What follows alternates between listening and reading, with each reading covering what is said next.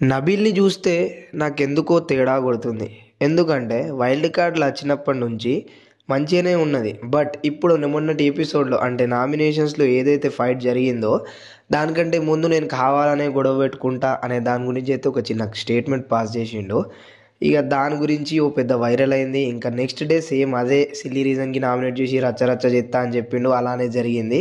So, దాని గురించి గౌతమ్‌ని housemates అందరూ కలిసి ఓ ఎత్తుకు లేపుతుర్రు. వాళ్ళకి వాళ్ళే డౌన్ చేసుకుంటుర్రు. ఇంకా నబీల్ తనంతట తానే మనకు అట్లా చేసుకుండని అనిపిస్తున్నది నాకు. సో, మీకేమనిపిస్తుంది ఏంది అనే దాని గురించి అయితే కామెంట్ సెక్షన్‌లో కామెంట్ చేయండి.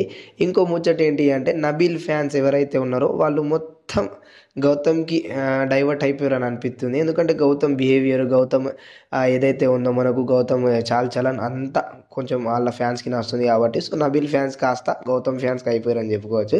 సో, చూద్దాం మళ్ళా ఓటింగ్ ఎట్లుంది ఏంది అనే దాని గురించి. ఫస్ట్ పొజిషన్‌లో చూసుకున్నట్లయితే నిఖిల్ ఉన్నాడు.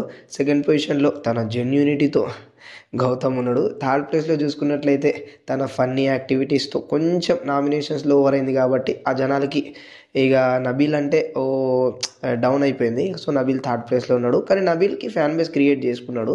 ఫోర్త్ ప్లేస్‌లో చూసుకున్నట్లయితే ప్రేరణ అక్క ఉంది. ఫిఫ్త్ పొజిషన్‌లో చూసుకున్నట్టయితే విష్ణుప్రియ అక్క ఉంది.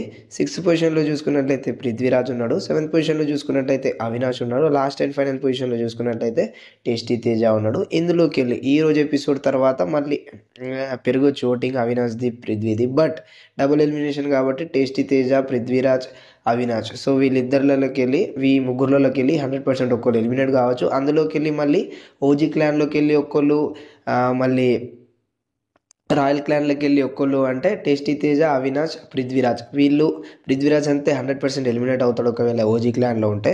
దాంతో పాటు రాయల్స్ క్లాన్స్‌లో చూసుకున్నట్లయితే అవినాష్, టేస్టీ తేజ మీద డౌటే ఉందని చెప్పుకోవచ్చు. ఓకేనా రైట్ మరి ఈ వీడియోకి ఇంతే. ఇలాంటి అప్డేట్స్ కోసం మన ఛానల్‌ని సబ్స్క్రైబ్ చేసుకొని బెల్ ఐకాన్‌ని క్లిక్ చేయడం మాత్రం మర్చిపోకండి. టాటా.